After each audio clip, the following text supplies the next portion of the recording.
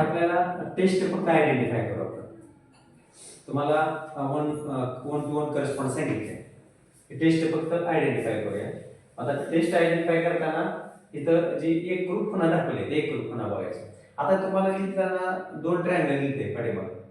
आता इथं दोन ट्रायंगल दिले तर दोन्ही ट्रायंगल काय झाले, जॉईंट झाले सगळीकडे, बरोबर आहे. इथे जॉईंट झाले म्हणजे जी जॉईंट झालेली बाजू आहे बाह्य बाजू ही कॉमन आहे दोन्हीमध्ये सामायिक आहे. मग ही सामायिक बाजूमध्ये तिथं एस म्हणायचं म्हणजे बाजू आहे ना बाजू. मग आता इथून जर सुरुवात केली तुम्ही तर सरळ घेतले बघा, बा को बा, बाजू कोण बाजू, बरोबर आहे का. मग इकडे कसं बघा, ही डबल धरायची, ह्या भीतर कोण बाजू कोण बाजू. मग ह्या टेस्टचं नाव काय, बा को बा. आता नंबर 2 ला बघा.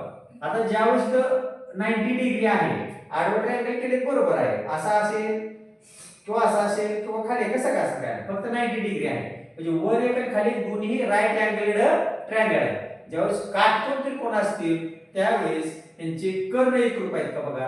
तर 90 अंश कोणाची बाजू कर्ण, 90 अंश कोणाची बाजू कर्ण. हे कर्ण कसे एकरूप आहेत, कर्ण कसे एकरूप. मग हे कर्ण एकरूप राहिलेल्या दोन बाजूपैकी एक बाजू एकरूप पाहिजे तर बघा ही बाजू कॉमन दिली तुम्ही सामायिक म्हणजे एकरूपच झाली.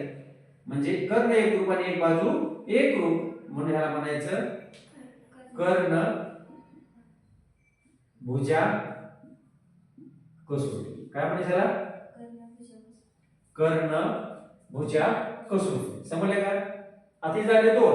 तिसरं बघताना काय बघायचं बघा, ही बाजू आहे म्हणजे बा, ही पण बाजू आहे एकरूप कोणाची आणि ही पण बाजू आहे. आणि ही एक कोण ही एक कोण, त्याला ही एकरूप आहे, त्याला दोन कोण आले, दुसरी बाजू एकरूप आहे, तिसरी बाजू तिसऱ्या बाजूला एकरूप आहे म्हणजे डबल बाजू घ्यायची. ई जी एकरूप ई जी.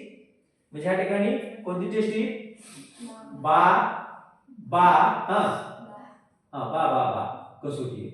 समजलं सर मला. आता खाली जर पाहिलं आपण त्या ठिकाणी इथे कोणत्या कसोटी येते तर बघा, वर इथं कोण आहे कोण, तिथं ही सांगा मग को बा को, ही पण ती सेम झाली को बा को, दोन पेयर झाल्या. आता इथं जर आलं तर नीट बघा, इथं आता त्या ठिकाणी बोला बाजू कोण, ठीक आहे कोण आहे की नाही. आता ही बाजू कोणाचं, बा बोला को. पण बाको को जी कसोटी आहे ती दोन प्रकारे आपण घेऊ शकतो. म्हणजे उलटी पण घेऊ शकतो कारण सलगच आहे बा, कोण कोण सलग आहे नाही.